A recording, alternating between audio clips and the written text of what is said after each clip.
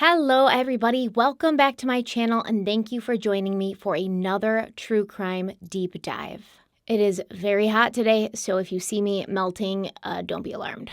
The case we're talking about today will make you feel like you're watching a dramatic, unbelievable true crime drama. But I assure you, no matter how much you think it sounds like fiction, it is completely true, and there are more twists and turns than I was even prepared for when I first started working on this series. This case would become the focus of the biggest investigation in the history of the Pennsylvania State Police.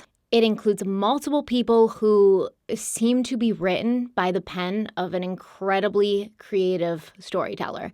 We'll talk about several trials, all sorts of scandalous romantic entanglements, insurance scams, and so much more. So in these videos, it's going to be easy to forget we're talking about real people. And that's why it's very important, maybe more so now than ever before, to always keep in your heads and your hearts the victims of this story, which include a mother and her 2 young children. For my research on this case, besides multiple web sources, which I will link in the description box, not all of them, that would be impossible, but the main ones that I depended on, I also read 2 books. Echoes in the Darkness by Joseph Wambaugh and Principal Suspect by William Costopolous. So these 2 books have incredibly different versions, not versions of events. The versions of events stay pretty much the same, but they have different beliefs on who actually did this. So there's a whole bit of scandal with that too, because even though there were people who were deemed to be responsible for what happened in this case,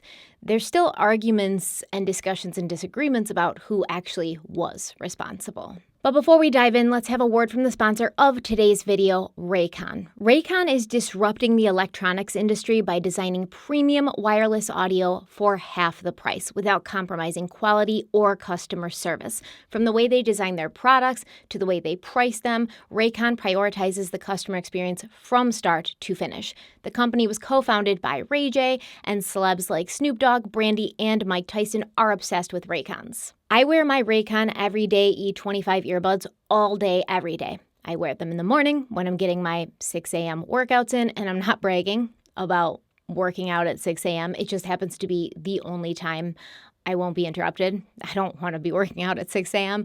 I wear them during the day when I'm listening to audiobooks or podcasts or brushing up on whatever case I'm covering. I wear them while I'm traveling to listen to music or movies and tune everything out because they are so noise isolating. You can wear them on a plane or a train and you will hear nobody else. And I wear them when I go to sleep at night so I can listen to my ASMR sleep videos on YouTube, which my husband says creeps him out. So I have to listen to them through the earbuds. It's easy to wear them all day long because they are the most comfortable earbuds I've ever owned, comfortable enough to fall asleep in and sleep in them all night. And they come with a variety of fit options so you can find your perfect fit because we all have different ears and like different size ear holes. And once they're snug as a bug in a rug in there, in your ear, they don't move. Just pop them in, easy peasy, like that. And then, oh, my neck, my chiropractor's gonna be so mad at me for doing this. Pool water comes out of my ears easier than these do. And we all know pool water does not ever want to come out of your ears. It's also easy to wear them all day long because they give you 6 hours of playtime. You just charge the case charges the earbuds, and then they go on and on for 6 hours. I've honestly gotten more than 6 hours out of these, but 6 hours is the standard. And they give you a more compact design for comfortable noise isolating fit. They are so noise isolating that for most of the day I have to walk around with only one of them in, or I wouldn't hear anything these people I live with are saying, which wouldn't be the worst thing in the world, because they're always talking. But I think it would probably negatively affect my relationship, so I have to pay attention. Raycons make the absolute best gift for yourself or a loved one. I've already gifted them to my mom, and she loves them. My brother, he loves them. They come in a variety of shapes and patterns, so you don't have to choose between black and white, and you can show a little bit of your personality. I have these ones in black, but I also have the blue. The blue ones are my favorite, but they also happen to be Aiden, my son's, his favorite, so that's why I never get to use them. Right now, viewers of this channel can get 15% off by clicking the link in the description box. I promise that you will love your Raycons and that they're everything I say they are. But if for any reason you aren't completely happy, Raycon offers a 45-day free return policy. So to take advantage of this offer and get your very own pair of Raycons, go to buyraycon.com/stephanieharlowe. for 15% off your order. Once again, that's buyraycon.com/stephanieharlowe for 15% off your order, and there is an E on the end of Stephanie and Harlowe. And thank you so much to Raycon for sponsoring this video. We're going to begin our story on the evening of Sunday, June 24th, 1979. Two men headed to work at the 3 Mile Island nuclear power plant in Middletown, Pennsylvania, checked into the Host Inn. This is an inn located in Harrisburg, Pennsylvania, and they checked in at around 7:30 p.m. When they were walking into the front desk, they noticed an orange 1978 Plymouth Horizon in the parking lot with its hatch partially open. They meant to notify the front desk and let them know so that they could let the owner know, but they forgot. 7 hours later at 2 a.m. on Monday, June 25th, a Swatara Township police officer was on a routine patrol, which brought him through the parking lot of the Host Inn, and he also saw the vehicle with the hatch partially open. He called dispatch and had them run the plates in the car, and when he found out who the owner was, he went inside the hotel and asked if a guest by that name was checked in. But there was no guest by that name. On his way back out to the parking lot, he got a call about a fatal car accident, and he left the Host Inn without checking the car. A few hours later, at 5:20 a.m., the Dauphin County Police got a call from a man who identified himself only as Larry Brown. He whispered that there was a sick woman in a car at the Host Inn, and then he hung up. Within 10 minutes, 2 police officers were at the scene, but they did not find a sick woman. What they found would haunt them forever. A petite, pale, naked woman had been shoved into the hatchback of the car, curled into a fetal position, knees to chest, head bent forward. It was clear to the officers that she was dead and had been for at least 24 hours. And hers had not been a peaceful death. Her eyes were black and blue, she was covered in bruises, and there were chain marks on her wrist and ankles. This woman was 37-year-old Susan Reinhardt, and if her brutal murder wasn't tragic enough, police would soon discover that the last time she'd been seen alive, Susan had been with her 2 young children, 11-year-old Karen and 10-year-old Michael. No one had seen the children in days, and they were not in the car with their mother. In fact, they were nowhere to be found. But as always, to understand what happened at the end, we have to go back to the beginning. Susan Reinhardt was born Susan Gallagher in Ridgeway, Pennsylvania, about 94 miles away from Pittsburgh. Her parents, William and Jane Gallagher, moved to Ridgeway in 1936, where William became the general manager of the Ridgeway Publishing Company. William was prominent in the community until his death in 1971, and Susan's mother, Jane, was a school teacher. From a very young age, Susan was set on following in Jane's footsteps. She became the vice president of the Future Teachers of America in high school. Susan was also class treasurer, the business manager of the yearbook, and the president of the drama club, because Susan was very passionate about film and filmmaking. She loved to watch movies. She loved to talk about films. During high school in the summers, she worked in the circulation department at the Ridgeway Record. After Susan graduated from high school in 1960, she attended Grove City College, where she worked towards her bachelor's degree in teaching, and this is where she would meet her future husband, Kenneth Reinhardt, a captain in the Air Force who had flown B-52 combat missiles during Vietnam. Ken, who was originally from Phoenixville, Pennsylvania, was attending Grove City College to get his degree in psychology, and he would later get his master's degree in business from Inter-American University in Puerto Rico. Susan also got her master's degree from Penn State University in 1966, the year after she and Kenneth got married. For several years, Ken and Susan lived in many different places while Ken finished up his time with the Navy. They lived in Sacramento, California, Rome, New York, and Puerto Rico, and during this time they had 2 children, Karen, who was born in 1968, and Michael, born a year later in 1969. After Ken's military service, the family settled near Philadelphia, where Susan got a job as an English teacher at Upper Merion High School in 1971, and this is where things begin to go downhill. I'm going to introduce you to a bunch of people. They're all characters. I know it might be hard to keep them straight at times because there's so many people involved, but I will try to keep it all organized and clean for you and remind you who they are as we go. Upper Merion High School is located in King of Prussia, Pennsylvania, and it was considered to be a very good school where academics and excellence were of the utmost importance. At the same time Susan started working there, the principal of the school was a man named J.C. Smith. And we will talk about J. Smith quite a bit in part 2 of this series.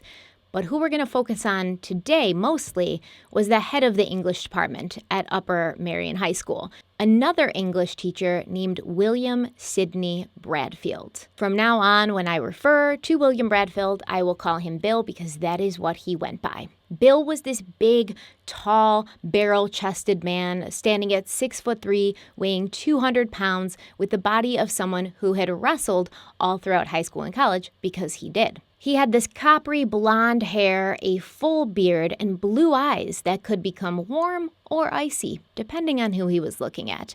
Everyone at the school loved Bill. Both the faculty and students found him to be almost mesmerizing, magnetic, and very smart. He considered himself a poet, and he loved art and music. He knew Greek and Latin, and he prided himself on having read all the classics. He was described as an intellectual man who was passionate when he spoke about the things he loved, and this drew people to him because they wanted to warm themselves by the fire that seemed to burn so brightly inside of him. But everyone knows, if you get too close to fire, you could get burnt. Another English teacher at the school, Sue Myers, who we will also talk about more very soon, she said, quote, "He had a way. He was intense, yet boyish. He was articulate and erudite, but he wasn't afraid to show affection. He might just suddenly put his arm around your shoulder when he was talking ever so passionately about something as mundane as a lesson plan for advanced students. I thought Bill Bradfield was the most brilliant teacher I had ever met. He was interested in art and music and literature. He was interested in everything. The students loved him, and pretty soon, so did I." End quote. Bill Bradfield was the son of a retired Western Electric corporate executive, and due to his father's work, sending him to different places around the country, Bill moved around a lot as a kid and attended 13 different schools before enrolling at Haverford College. It seemed that there were some high expectations for little Bill, coming from the direction of his successful and driven father. One day, as a child, Bill was tasked with trimming the hedges in his family's yard, and he wanted to do a good job because he wanted to please his father and he wanted to impress his father. So he worked meticulously at this for hours, and he dug 2 holes on either end of the hedges, and then he put poles in the holes, and then he ran a string between the 2 poles so that the hedges would be flat as a tabletop. When he was done, he presented his work to his father, who dismissively told him that he'd forgotten to take into account the fact that the ground sloped from one end of the hedges to the other. So Bill Bradfield grew up under the eye of a father for whom enough was never enough. Someone who, no matter what you did or how hard you tried, it was never good enough. During his undergraduate days, Bill became obsessed with the American poet Ezra Pound, and he would actually go on to develop a relationship with this controversial figure. And because Bill idolized Ezra and longed to walk in his footsteps, I'm going to spend just a little bit of time telling you who Ezra Pound was because this is relevant and important. Ezra Loomis Pound was born in Idaho on October 30th, 1885. A few years later, Ezra and his family moved to Philadelphia, where he would grow up. He attended the University of Pennsylvania for 2 years before going to Hamilton College, where he studied Romance languages and got a philosophy degree. In 1906, he studied literature at the University of Pennsylvania, and he would go on to get a scholarship to research a Spanish playwright in Spain. He went to Spain for about a year. He came back, and in 1907, he was teaching at Wambaugh College in Indiana. But this was short-lived due to his opinion of how American educational institutions taught art, which was a very negative one. Ezra Pound was in Venice in 1908, where he spent time writing his first book of poems, A Lume Spento. He was inspired and influenced by the work of medieval troubadours and poets who he admired for their ability to write about subjective experiences in a way that many people could relate to. In September of 1908, Ezra Pound traveled to London, hoping to meet the poet William Yeats. In London, Pound attended weekly meetings of other writers, and he and Yeats became close friends. Yeats has been quoted as saying, "There is no generation of young poets. Ezra Pound is a solitary volcano." Pound would go on to write many more books of poetry, as well as write a good amount of literary criticism of others' work for his job as a correspondent for the Chicago magazine Poetry. His career began to flourish, and in 1914 he married a young woman named Dorothy Shakespeare, and they moved to Paris in 1920, where Pound met Ernest Hemingway and became friends with him. 4 years later, Ezra and Dorothy were living in Italy, and Ezra found a society there that he felt was as close to the times of ancient Greece and Rome as you could find in the modern world. He liked that in Italy, culture and arts could stand on their own, and they weren't modified or watered down to be more mainstream and profitable. He didn't like when art was used to make money. Over time, Ezra Pound became very involved and outspoken about the economic situation in Italy, and in 1933, he published the book ABC of Economics, which was focused on economic reform. Pound believed that a misunderstanding of money and banking by governments and the public, as well as the manipulation of money by international bankers, had led the world into a long series of wars. His interest in economics led him to getting involved with politics and openly praising the Italian dictator Benito Mussolini. Ezra returned to the States in 1939, hoping to use his new economic knowledge to help bring peace between the U.S. and Italy, but he returned to Italy in 1943 after Italy and the U.S. were at war. He then proceeded to make several hundred broadcasts on Rome radio that focused on the control of money and the U.S. government by Jewish bankers, which led to his arrest by U.S. forces in 1945. He was basically considered like a dissenter, like an enemy of his own country. After spending 6 months in a POW camp near Pisa, Pound was sent back to the U.S. to stand trial for treason, where he was declared mentally unfit for trial and then sent to St. Elizabeth's Hospital for the Criminally Insane in Washington, D.C. From there, he continued to write, and he also sent many letters out to fans and followers worldwide. One of those fans was Bill Bradfield. Bill would visit Pound at St. Elizabeth's and run errands for him on the outside, and Bill began to fantasize and actually started planning to break his mentor out of this mental hospital and then hide the poet in his attic. This never did happen, and Ezra Pound would be released in 1958, at which point he and Bill would continue their correspondence and their friendship. Bill was very influenced by Pound's work, which led him to become interested in Catholicism and the writings of Thomas Aquinas, even though Bill himself had been raised a Quaker. And Ezra Pound's influence on Bill Bradfield is way more than I'm even explaining. Ezra Pound's life is way more than I'm explaining. Obviously, this was just brief Cliff Notes, condensed version. But let's just say that Ezra Pound was an incredibly great influence on Bill Bradfield in so many ways. So right off the bat, we can tell this guy, Bill Bradfield, is intense. And there's a lot going on there. But apparently, whatever was going on was attractive to a lot of women, including Susan Reinhardt.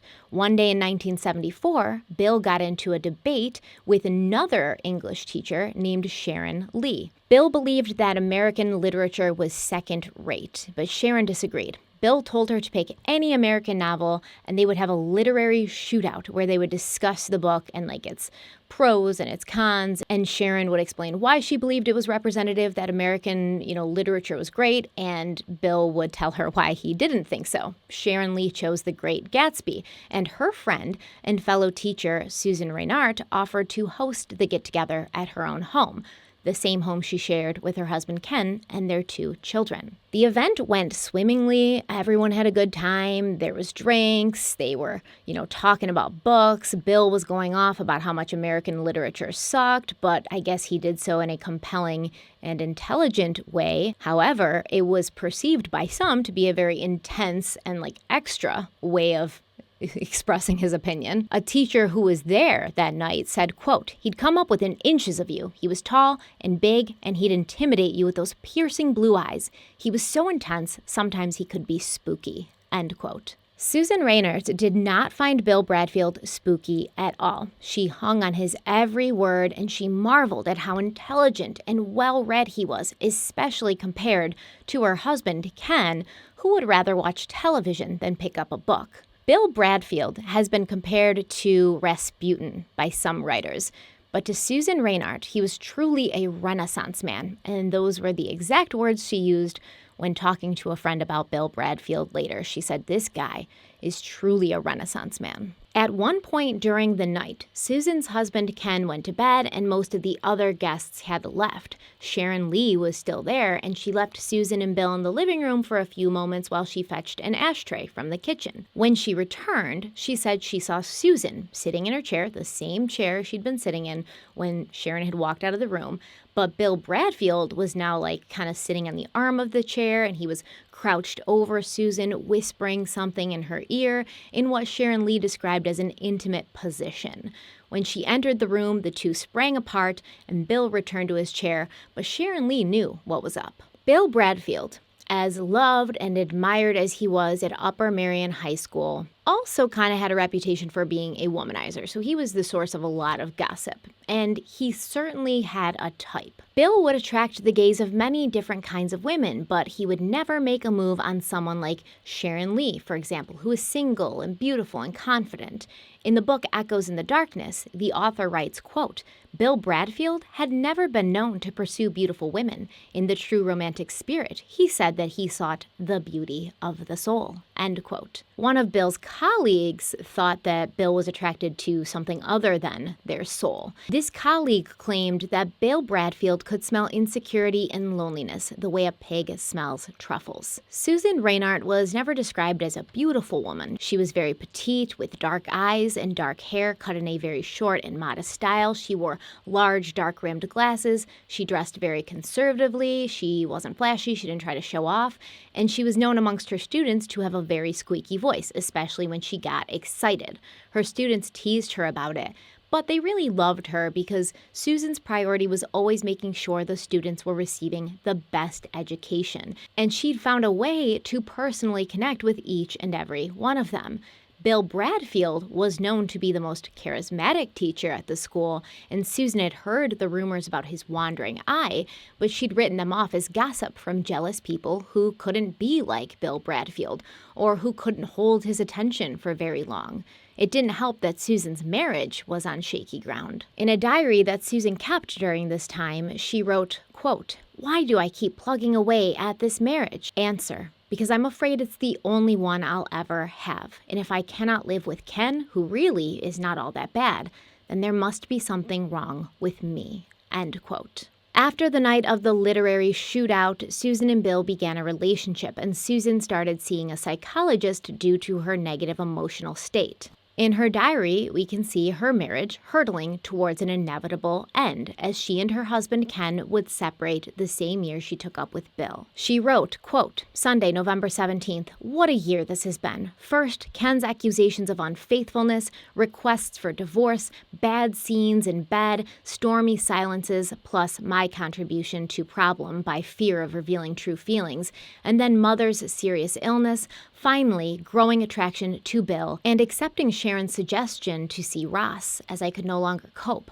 A year of crisis. Finally, I told Ken that the children and I would leave. He then decided he would go, but fought it all the way. He calls in the AM and the PM and tells me he can't cope. Have gotten sterner about him not calling or coming over, but hardly a day goes by without my hearing from him at least once.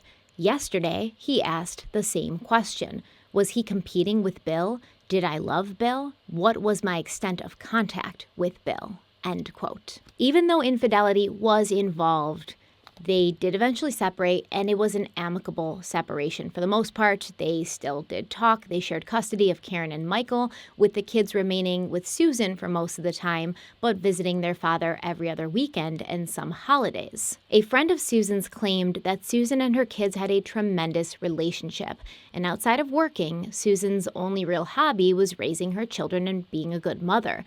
She was quiet and reserved, she kept to herself for the most part, and spent most of her time driving her kids to and from Little League, swimming, and gymnastics. She was on friendly terms with Ken and his parents, who lived just about 30 minutes away.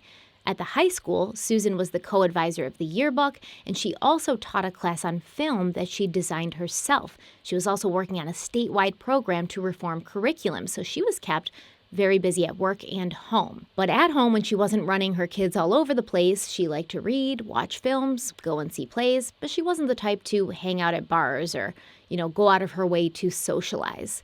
With one exception. Susan was an integral member and the director of the Valley Forge chapter of Parents Without Partners, an organization and support group for single parents and their children. Another member of this group, Mrs. Hildebrand, said, quote, "She helped train other people in chapters across Pennsylvania and how to be good moderators.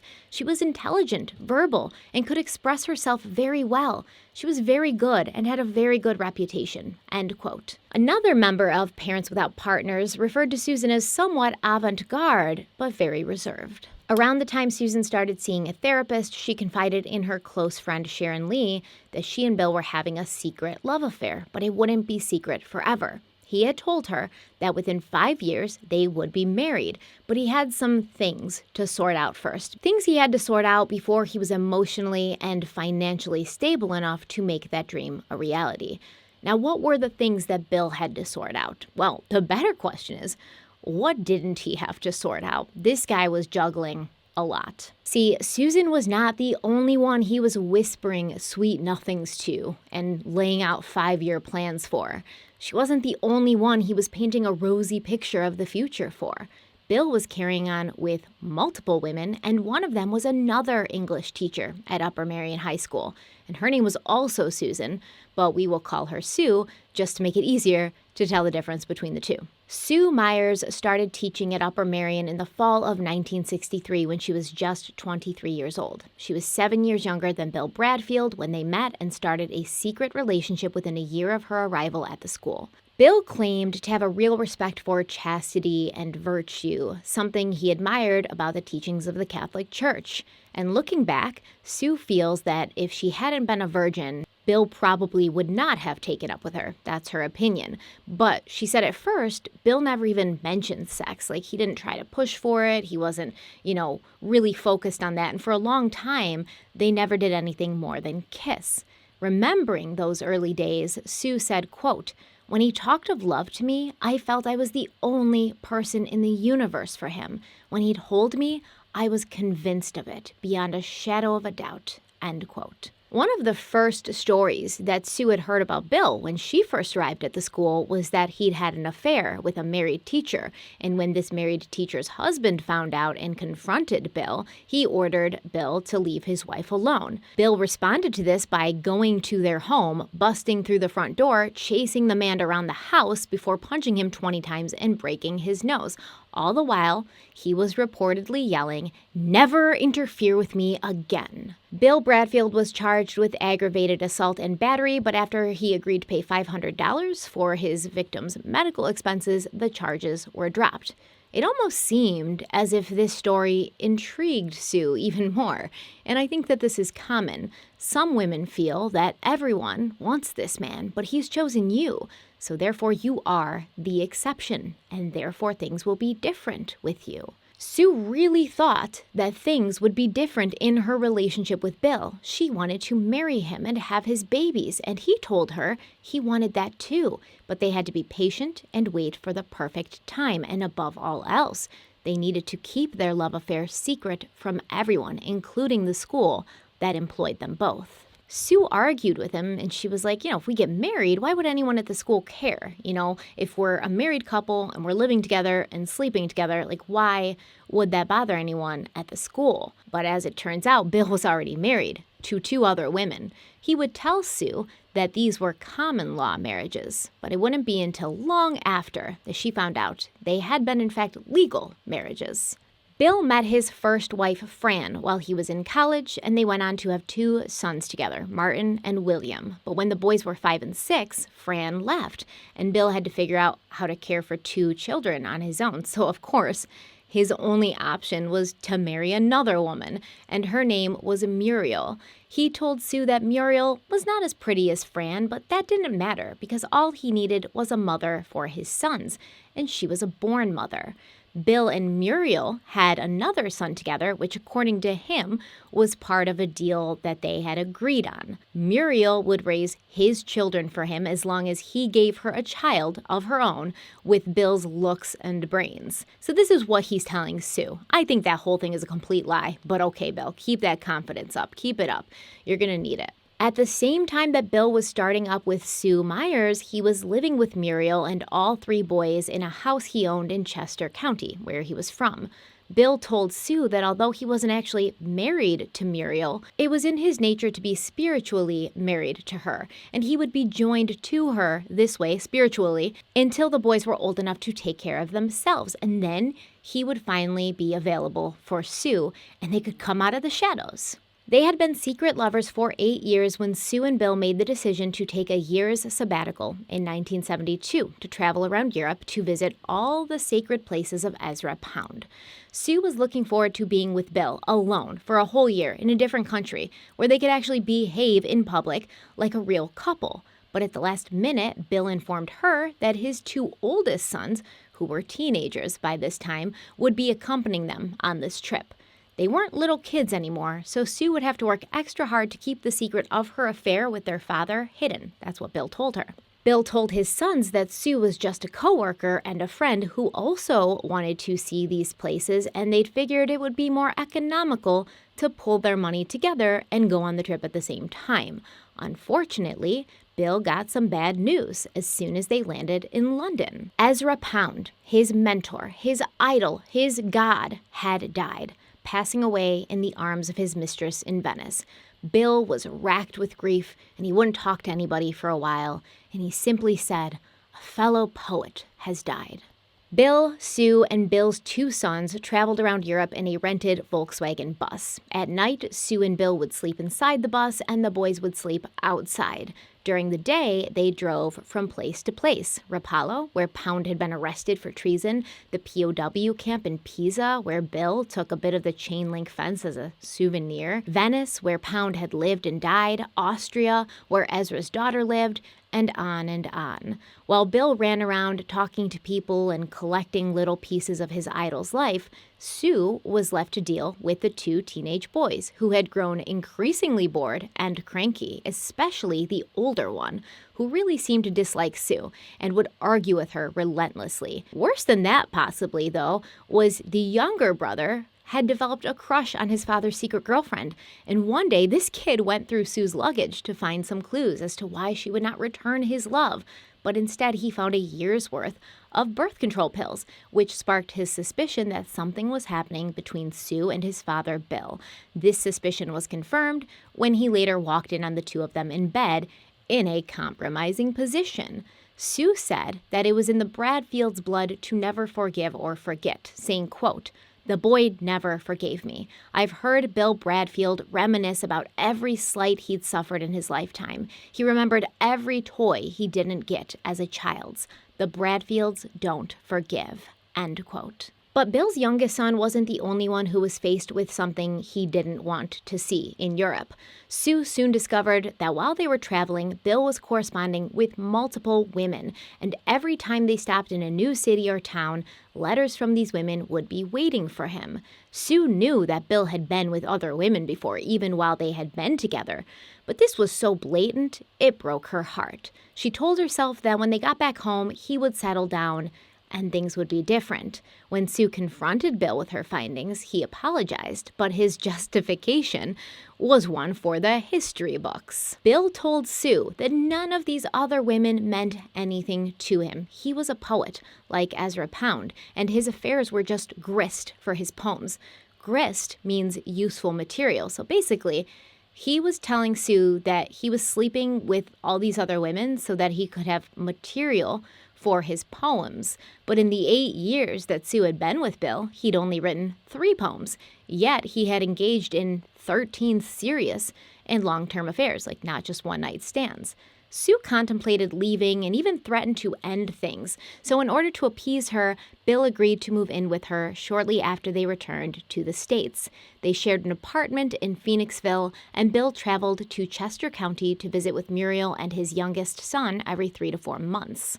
Although Bill had promised to change, Sue found out very early on that he had not. Bill would be on the phone talking in low tones at all hours of the night. Sometimes the phone in their apartment would ring, but when Sue would pick it up, the person on the other end would disconnect the call.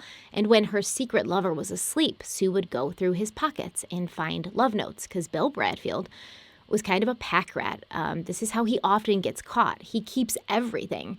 So he'd be the kind of guy who now in 2021 would be having an affair, like over text, and instead of erasing the text after he's done talking to his woman on the side, he leaves them there, and then his wife finds them when she goes through his phone. One of the notes that Sue found was from a former teacher at the school who had recently left to pursue higher education, or at least that's what the teacher had told everyone. The note in Bill's pocket told a different story of yet another woman who had been taken in by his charisma and charm and who had left her job at the high school to go off and have Bill's baby. Sue found out that Bill had a secret P.O. box where his many conquests could communicate with him, and he got this P.O. box after he moved in with Sue because now they couldn't send him the letters directly because he lived with her, so he had to find a secret way for him to communicate with his other women. Sue confronted Bill, he apologized, she left him, but she came back after he begged and pleaded with her to give him another chance, promising to never cheat on her again. So you can imagine Sue's anger when she found out that Bill was having another affair with another teacher, Susan Reinhardt. And although we know it's irrational to blame the other woman, Sue found herself hating her fellow English teacher, Susan. She said, quote, "By the time I realized he was involved with Susan Reinhardt, I thought I was getting numb to it. But Susan Reinhardt awakened something in me or spawned new feelings. I wasn't so much jealous or brokenhearted. I was outraged. I even hated her voice. That screechy, whiny voice of hers was like fingernails on a chalkboard. It made me want to scream. With the others, with all the others, I could see something in them, something that might have attracted him. But not with Susan Reinhardt. To me, she was an insult, the final personal insult. Maybe my spirit did go absolutely numb after her. I don't know." End quote. Sue Myers had not missed the longing glances exchanged between Susan and Bill in the hallways at school. But when she confronted Bill, he gaslit her. He told her she was imagining things, that she was silly to think he would ever be interested in someone like Susan Reinhardt. This time, although Sue wanted to believe him, she didn't. And it wouldn't take long for her to catch him in his lies because, like I said, Bill Bradfield was a pack rat. He liked to keep everything from receipts to memos and bills, love letters. So Sue knew that as long as she kept looking, and as long as she kept snooping through his things, she would find proof sooner or later. It ended up being sooner.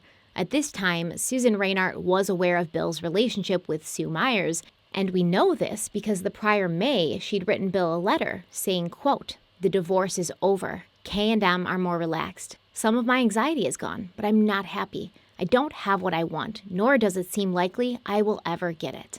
I feel very isolated, missing you, and resenting restrictions caused by Sue Myers and by you." End quote. Now, this was not the letter that Sue Myers found on Bill's desk. The letter that Sue Myers found on Bill's desk was, in her words, obscene. I'm going to read to you some of that letter, but it's spicy, okay? And I'm probably going to have to leave some words out because I feel uncomfortable. And it's for adults only, all right? So if the kids are around listening, earmuffs or, put your headphones in, whatever. It's 8 o'clock. I'd like to go to bed so I could turn off my head and body. I am miserable. I didn't hear from you for so long. I actually lost most of my physical desire for you for the only time I can remember. But your visit with certain promises rekindles it, damn it. All day today I kept hearing you say that it's not as bad for you, that you can go for days putting me out of your mind, that you have no chance to call me. Knowing that you don't suffer like this is maddening. By now I'm very short-tempered. I yell at Karen and Michael, and I hurt like hell. This morning I awoke with aching pubic area and erect nipples as usual. My breasts yearned to brush up against your chest. My legs wanted to curve over yours. My arms wanted to be around you, with my hand rubbing you, tracing your face, touching your hair. Okay, I can't keep it. I can't say anymore. I'm just going to skip the next two sentences because I don't think that YouTube would appreciate it. And I'm going to skip to the part where she says, enough writing. Writing it down isn't working. I want you more, not less, and I'm more upset at that. So this is the letter that we believe Sue Myers found. And she took matters into her own hands after this, which, I mean, I kind of can't blame her. I don't know. If this was me and it was my boyfriend, but Sue Myers didn't have a claim to him either. He was nobody. He just kept all his women secret. But anyway, Sue Myers, she went to Susan's house and waited for her to get home. When Susan arrived, Sue told her that she better leave Bill alone, or Sue would make the contents of this scandalous letter public. So this is a bad situation. You have two adult women who work together, who now hate each other because of some pretentious wannabe dead poet society asshat, and neither one of them realizes that they are just one of dozens of women that are hearing the same promises, the same excuses, the same bullshit. It had been going on for 3 years, this bizarre love triangle. Susan's ex-husband was getting remarried, he'd moved on, but Susan was still in limbo, waiting for a man who she was sure was going to marry her soon. Sue Myers was also getting frustrated, waiting for a man who she was sure was going to marry her soon. If these two women had just talked, Susan would have found out that Sue had been getting the same promises for over a decade, and maybe they would have cracked open a bottle of wine, started a bonfire, and started burning any sentimental items that reminded them of the fantasy Bill Bradfield had sold them. Maybe they would even have laughed together at how small his penis was. Maybe they would have become lifelong friends. But that is not what happened. Not long after this confrontation outside of Susan's house, there was another confrontation in the teacher's lounge that ended with Sue Myers kicking Susan in the shin and telling her that if she cared about herself and her kids, she'd better leave Bill alone. Susan called her therapist that night crying, genuinely concerned for the safety of her two children, worried that Sue might do something drastic. Susan was also attending group therapy sessions at this time, and she complained about Sue to the people in the group, and they tried to get her to focus on the person that she should really be upset with, Bill Bradfield. They told Susan that he was not good for her, that he was manipulating her, and that she could do better. Susan explained that they didn't understand. They didn't know Bill like she knew Bill. She said Bill Bradfield did have some really lovely qualities, and he was only sticking with Sue Myers because she was so unstable and so needy, and he was afraid that if he just dropped her, she would do something to herself or someone else. Sue Myers and Bill Bradfield were having their own heart-to-heart as well. Bill told Sue that Susan Reinhardt was the aggressor in the situation, that she would just not leave him alone. He claimed that she was looking for a stepfather for her kids, and she'd fixated on him. Sue was like, "You're lying. Here's the phone bills. I show multiple calls, not just from Susan Reinhardt, but to her, from you." And Bill was like, "Well, you've got it all wrong. Listen, I'm not interested in Susan like that. It's not romantic. It's not sexual. I'm actually repulsed by her. I just feel sorry for her because she's so pathetic." He said, "I'll call her and give her advice, trying to help her, but I would never have anything to do with a woman like that." Bill told Sue Myers all sorts of horrible negative things about Susan Reinhardt. He said, "She's not a good teacher. I don't respect her as a teacher, and I certainly can't stand her liberal politics." He called her needy, desperate, pathetic, lonely, all of the horrible things that you hope your boyfriend is not saying about you behind your back. Around this time, Bill Bradfield also took Susan's friend Sharon Lee aside. Now, Sharon Lee already knew that Bill and Susan were secretly together, but Bill didn't know that. So when Bill talked to her, he made it seem like he was just trying to help Susan, who was a lonely and troubled woman. Bill begged Sharon Lee to reason with Susan and convince her to stay away from Sue Myers, who was so insanely jealous he feared she might do harm to Susan or her children. Now, before we continue on in the timeline, there's another person I need to introduce you to. Vincent Velatis was a baby-faced 24-year-old teacher at Upper Marion High School that Bill Bradfield had taken a liking to. Bill said Vince reminded him of himself as a young man, energetic and full of ideas. Vince was a Catholic schoolboy who was obsessed with Star Trek or any other sci-fi movie or television show. And like Susan Reinhardt, Vince loved movies and filmmaking, and he hoped to teach his own film class one day. He especially loved older horror movies like black and white silent films, and he had a collection of them. When he was invited to dinner at the home of Upper Marion's most prolific teacher, Bill Bradfield, Vince was very honored. Vince later said, quote, "I learned right away to give him latitude. I didn't press him with questions. He was incredibly fascinating and different. There were so many secrets about him, like where he lived. A simple enough question for anyone else," end quote. Bill was not being mysterious about where he lived because he was like this enigmatic, Rubik's Cube of a man. He was being mysterious because he was married, but he had his girlfriend, lover, Sue Myers, living in his apartment with him, so he didn't want anybody to find out about that. What I think happened here is Bill Bradfield saw someone young and someone impressionable, someone very naive who wanted to be a part of Bill's inner circle. And Bill knew that this young man, Vince, could prove useful to him. Therefore, he had to make him feel special and valued, just as he had with all the women in his life. And this in turn would buy him Vince's unquestioning loyalty forever. Bill would regale Vince with colorful stories about his life over lunch, his past, his adventures, and Vince would hang on every word. And I mean, these were crazy stories, like unbelievable, to the point where I don't believe them. Like how Bill had been sent to Cuba during the revolution on some government mission, and he'd gotten shot at while wearing alligator skin shoes, and then he had to fight his way out of this military compound by taking out Cuban guards and helping Castro's men blow up a ship in the harbor. And Bill told Vince, listen, you can't tell anyone about this, okay, because America's not ready for the truth yet, and they still might look down upon young revolutionaries like myself, but I consider you a really close friend, so I trust you. And this is also a tactic that master manipulators use, cult leaders, etc.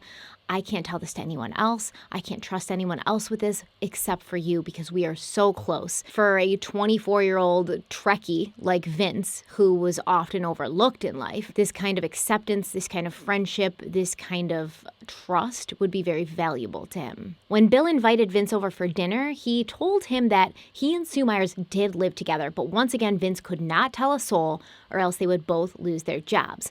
Bill said that what he and Sue had was not sexual because he believed in chastity. He and Sue cared for each other, they had a lot in common, but they were just close friends.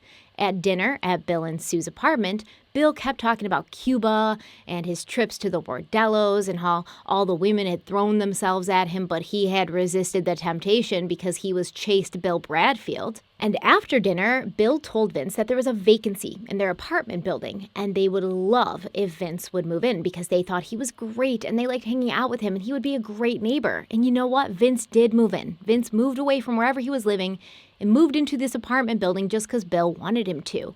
And he and Bill and Sue started spending a lot of time together. Vince found out that Bill Bradfield had all sorts of schemes and dreams. He wanted to buy a seafaring boat and sail it to Barcelona. A plan that seemed more realistic, however, was actually the brainchild of Sue Myers. She was really into arts and crafts, and she thought that the nearby Montgomery Mall could use an arts and crafts store. So Bill, Sue, and Vince embarked on this business opportunity together, and they formed a corporation that had Bill as the president, Sue as the secretary, and Vince as the treasurer.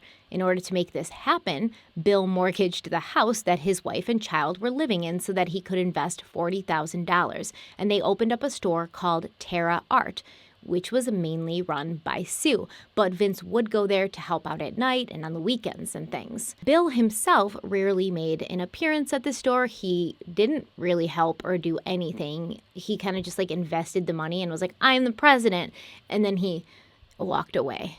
Now, Vince will become very important to this story soon. Within just a few months, the art store was not bringing in enough money to compensate what they were putting into it, so not enough money was coming in and too much money was going out, and Sue worried about the whole thing, wondering if they should just close down and cut their losses. Bill was like, "Don't worry, new businesses take time to be profitable. You're overreacting." And Sue's like, "You're never here, dude.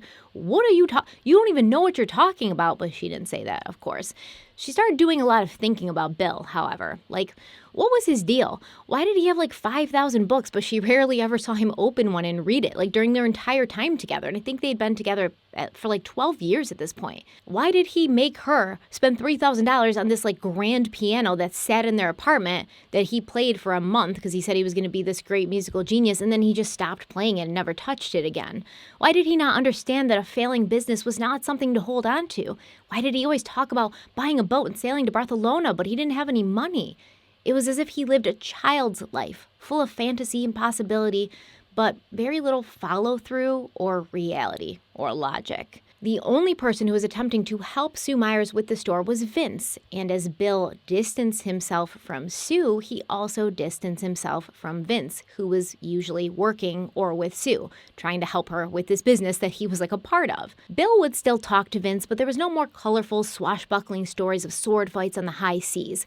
Bill would just simply spend an incredible amount of time complaining about Susan Reynard, who was pathetic and needy and who was constantly bothering Bill to ask for advice about life or money. Now, Vince, who worked with Susan, he thought she was great initially. He was aware she'd been having a hard time financially. He was aware that she had gone through a divorce. He was sympathetic. He'd even given her money once so she could buy her son Michael a Cub Scout uniform. But Bill Bradfield got to Vince, and he told him to be careful with Susan. She was like a vixen. Vince was as innocent and pure as the driven snow, but Susan was a siren. She would sing Vince her sex song, and Vince's boat would be smashed to pieces on the rocks of the shore. So Vince shouldn't even get close to her as a friend because Susan Reynard didn't have friends. She just wanted to have sex with everybody. This is what Bill's telling Vince. Now, Bill Bradfield had entourages, right? Groups of people who looked up to him and admired him and who would do just about anything to be in his orbit. Vince and Sue were like one of his little entourages, but Bill took great care to make sure that each of his little groups of admirers rarely crossed paths with each other because he had different plans in mind for each of them. Susan Reynard also began contemplating the man she'd fallen so hard for, but since she couldn't see him whenever she wanted or talk to him whenever she wanted, she began writing him letters that she would never send. Now, it seems as if she wrote these letters and then kept them until he came over, and then she would give them to him to read, and he would leave them with her when he was done. So he clearly learned his lesson from Sue Myers finding the letter on his desk, but that doesn't mean he didn't still want the letters, and he didn't still want Susan Reynard to keep the letters so that he could read them whenever he wanted, I guess. Now, the following words are not the words of a happy woman in a stable and loving relationship. They are words of frustration and building resentment. In one letter, Susan Reynard wrote, "To accuse me of judging your religious search as palaver ranks as one of your cruelest remarks, and regarding the department chairman, you have always undervalued me as a professional. You would, I presume, turn down my name immediately, firmly, and finally, not letting it get to the stage of nomination. You never praise me except for my body and cooking. I'm not as simple as you might think. If I were, I might be content to let one day a month or one day a summer be enough. It's not. Being with you only makes me want to be with you more, to have our separations be the natural ones required for our separate selves, not the lonely ones imposed by you. I can't turn myself off for 5 years. I'm not apologizing for that. I wish the intensity of the hurt didn't match the intensity of the passion, but I accept that next to God, Karen, and Michael, you are the center of my life. Somewhere I became deluded into believing I was that important to you. I can't make you love me. I guess you're used to being loved by women. No man except my father has ever loved me for very long. I'll stop trying. If you ever decide that spending time with me is worth making some changes, let me know. I'll try to keep from drying up." Damn.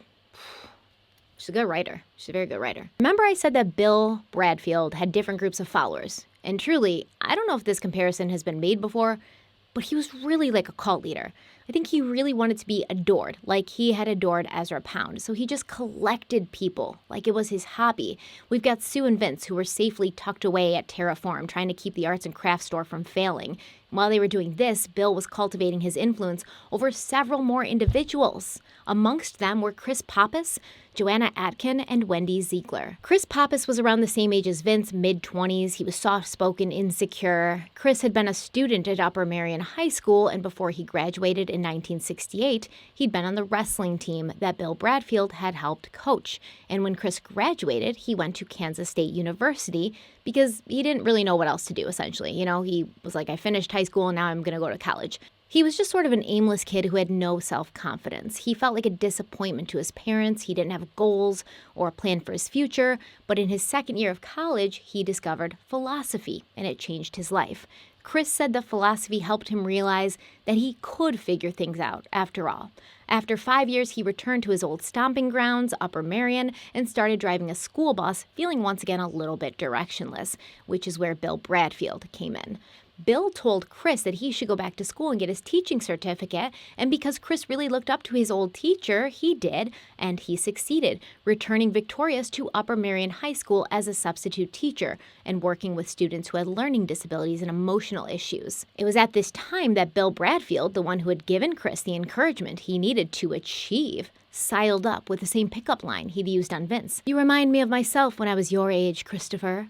Bill told Chris that they'd both grown up with overpowering fathers who would never look at their sons as anything but inadequate. See, Bill, like many other successful cult leaders, knew how to read people, sniff out their weaknesses, and then relate to those weaknesses, making his target feel that for the first time in his or her life, they were seen and understood. And that can be a very powerful feeling.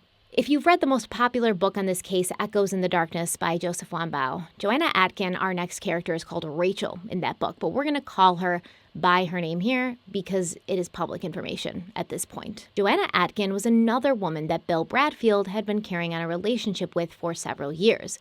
Joanna was smart, she spoke well, she dressed and behaved modestly, but had an air of mystery to her that was attractive to people, including Bill. Chris Pappas remembered Joanna, and he said, quote, "I found her to be very straight-laced. She had an underdeveloped sense of humor, or none at all, but Bill absolutely appreciated her. He once told me that she was the only woman friend he'd ever had who was able to pull herself up by her own bootstraps so admirably. After a bad marriage, she'd gotten her life together. She managed to save money and was planning to enter Harvard for graduate study," end quote. But Bill's live-in girlfriend, Sue Myers, wasn't aware of Joanna's existence until Joanna visited the school, Upper Merion, to talk to Bill about some of his gifted students who might potentially be candidates for St. John's College, where she herself attended school, first in Annapolis and then at their second campus in Santa Fe, New Mexico. Over the summer, Sue and Bill had gone to Santa Fe so that Bill could take a seminar there at St. John's College in Santa Fe, New Mexico. And during the day, Sue was locked up in this tiny apartment while Bill spent all of his time on campus with Joanna, who, surprise, surprise, was now at the Santa Fe location of St. John's College. So this is how Sue became aware that Joanna was also one of Bill's many girlfriends, and not long after, Bill's other English teacher girlfriend, Susan Reinhardt, would become aware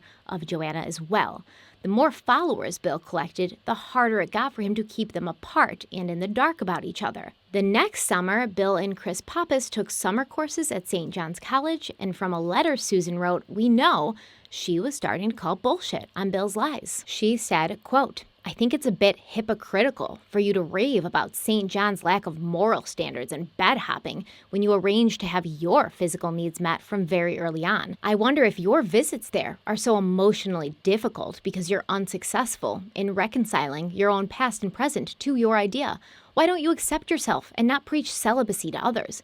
Please think about what you can offer me come September. I want 1. You to love me. 2. You to be separated from Sue. 3. Us to work through our problems. You have sent out messages to many women that you were interested in them sexually and that you cared for them in a special way, including former students. Sue, Joanna, me. Sue has certainly borne the brunt of it, hence her misdirected anger at me. I've also felt jealousy, even of Pat, and now Joanna in particular, but always had a feeling of uniqueness to carry me through. Hope it was justified. Long ago I recognized that I wasn't quite bright enough or disciplined enough for a life of the mind. I opted for a life of service, following my father's footsteps.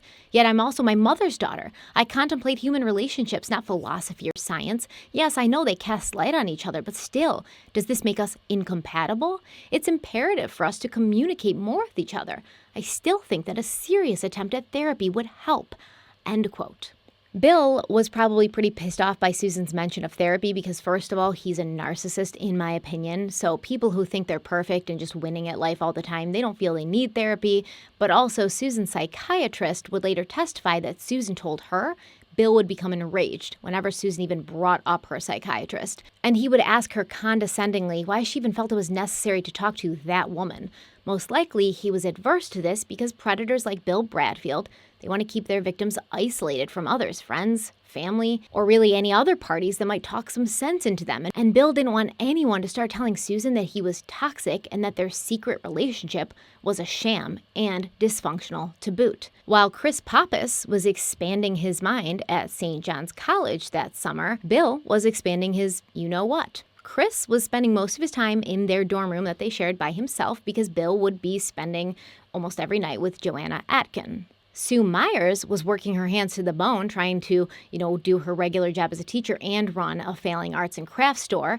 And one evening, Sue was feeling especially frustrated and angry. So she called one of her romantic rivals directly to vent this frustration. Sue called Joanna Atkin and pretty much said, hey, I know you're with him. I'm not stupid, but you can have him, all right? If you guys want to be with each other so bad, you can have him. Deliver that message for me to Bill. Sue remembered how taken back she was by Joanna's response. Joanna coolly told Sue that she must have called the wrong person. Joanna didn't know what Sue was talking about, and by the way, Bill wasn't available. He was sailing with Shelley all weekend. Sue Myers later talked about this interaction with Joanna and said, quote, she was cold. Bitchy is a word that doesn't even work. She was the original ice maiden, end quote. Now, who the hell is Shelley, right? Because now there's another person we haven't talked about. Shelley was an 18-year-old student of Bill's at Upper Marion High School. She was part of his gifted students program. And Sue Myers had noticed that in the last couple of months of school, Shelley had started wearing this sailor cap, very similar to the hat that Bill would sometimes wear. Now, after hearing this from Joanna, Sue realized that maybe Bill Bradfield's depravity ran deeper than she'd ever imagined. It was shortly after this that Bill confessed to Chris Pappas that he was in love with Joanna Atkin. Joanna and Bill started acting like a real couple in public because they were in Santa Fe, and Joanna excitedly told Chris Pappas that when Bill got his ocean-going sailboat, she was going to go with him. And she would have an office on the boat, and she could work while Chris and Bill sailed and fished and sunned themselves on the deck. But all of these dreams that Bill Bradfield had, all of these dreams he was infecting the minds of others with, he would need money for that. And Bill Bradfield did not have money, nor was he good with money. He was always trying to find the next get-rich-quick scheme. So how was he planning to pull all of this off? Well, he had to get a large amount of money somehow from somewhere, right? To get this ocean-going ship that he was going to sail to Spain. At the same time that Bill was telling Chris he was in love with Joanna, Bill also told Chris that he would probably marry 18-year-old Shelley one day when she was finished with school. Shelley, his 18-year-old student who had started wearing a sailor cap to school because Bill did. So she's obsessed with him. She's once again just emulating him, just wanting to be in his orbit. Bill told Chris that Shelley was his ticket to heaven, and he was writing a poem about her called Bloodroot because she'd inspired him so much. Bill also talked a lot about Susan Reinhardt to Chris, but none of it was positive. He said that Susan really bothered him and that they were acquaintances, but they weren't even good friends. They were just casual friends at best. Bill told Chris that he wished Susan would go to someone else, find someone else to be obsessed with and ask for advice about money and life. Bill pitied Susan, but being her friend was just so much work and he didn't want to do it anymore. Now, it's important that Bill is telling Chris and others around this time that Susan wanted his advice about money. He's playing the long game. He's setting up his narrative, his alibi, his story. And it's ironic that Bill would be the one to be giving Susan advice about money and investing and stuff like that because Bill didn't have any money. So obviously he wasn't good at, making it and keeping it. In reality, we will find out that Bill was giving Susan a lot of money advice, but none of it was good, for her at least. It was good for him. In the middle of August, after Susan Reinhardt had tried to get a hold of Bill at St. John's College several times and had been given the runaround from Chris Pappas, she would call the dorm room that Chris shared with Bill, and Chris would be like, oh, he's working so hard, he's working on a paper, he's not here. She knew what was going on, so she sent Bill a letter. The letter says, Dear Bill, hi, honey. I've been uncomfortable since yesterday's phone call, so this is an attempt to straighten it out.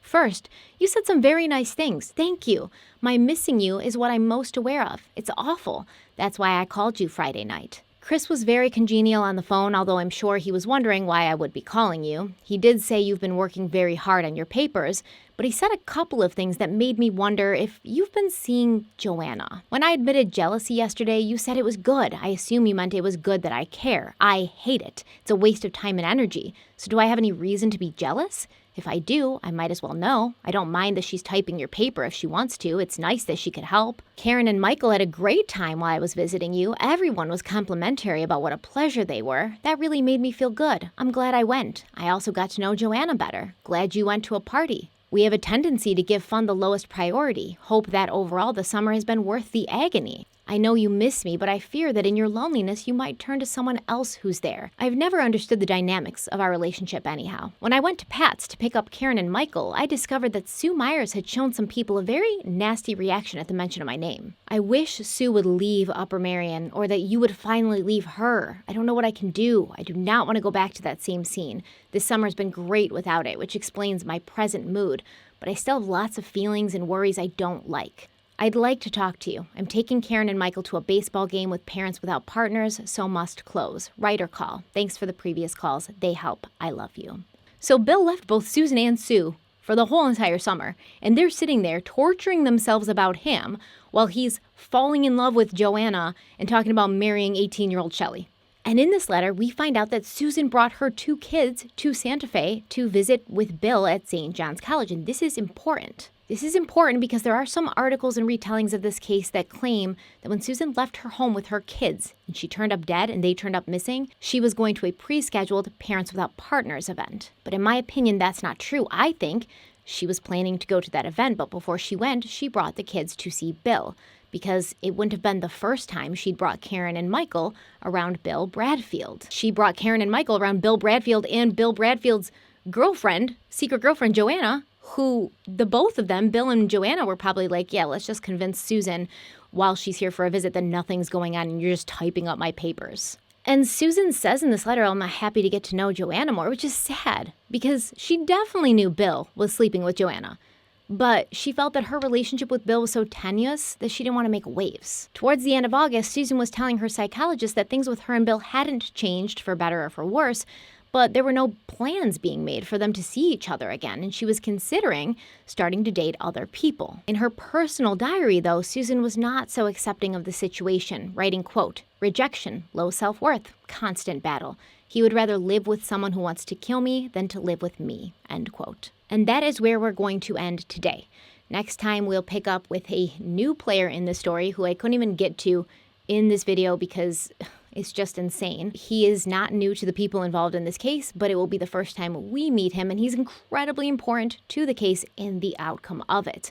We'll also pick up in the fall of 1978 when Bill Bradfield's closest companions saw somewhat of a change in him. And some of them also began to change the way they felt about him. Not fast enough, however, but, they were questioning themselves like, is this right? What's going on here? But none of them really questioned themselves enough to actually see what was really going on. This case is one of the most intense, unbelievable ones I've ever researched, so I urge you to follow me on to part 2 and whatever parts may follow so that you can be along with me for the ride the entire time. It's a tragic ride, it's a dramatic ride, it's very sad, it's also very mysterious, and I can't wait to tell you all about it. Thank you so much for being here. Thank you so much to Raycon for sponsoring this video. Thank you to my Patreons for always being there for me. I love you guys so much. You always have my back. Stay kind, stay beautiful, stay safe, and I'll see you all very, very soon.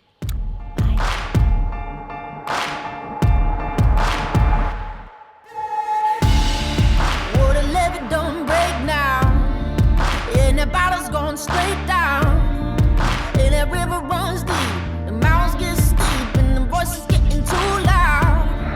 All these feelings I've buried, it's looking like a cemetery. They're coming back from the grave, calling out my name, better say I Hail Mary. Well, you don't know how deep it goes until it's killing you slowly. So you got to let it go. I got blood